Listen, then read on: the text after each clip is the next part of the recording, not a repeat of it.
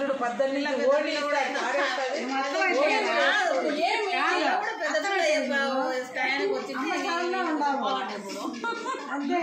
నువ్వు కూడా మత్సంగా ఓడి నిన్ను చూసే ఇప్పుడు నేను చీర కట్టుబట్టి ఏమైంది చెప్పు. చీర ఎందుకు ఇప్పేసినావు అంటే వాళ్ళ మొగుడు ఏమంటాడు తెలియదు. ఏమంటే మీ ఇద్దరు చీరలు కట్టకరాలే అంట. అంటే వాళ్ళే కట్టప్పుడు ఈ పిల్లతో నీకేమి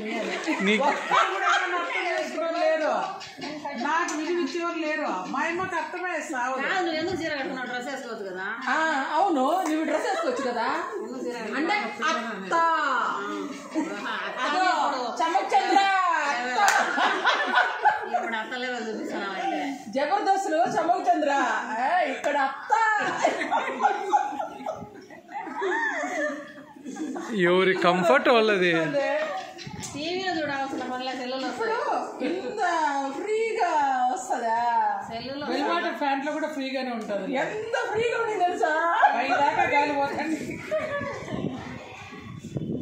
నువ్వు అట్లా మేము చేసినట్టు చేయలేవు. చీర కట్టుకుని అత్త క్యారెక్టర్లో కూర్చుంటావు. కర్మ కొద్ది ముందు అత్త కావడమే తప్పు.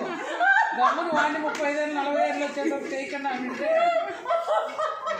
ఏమంటే బిడ్డలు చూద్దాంలే అని ఆశపడి పెళ్లి చేసినప్పుడు నాకే వీళ్ళు మాట వినడం.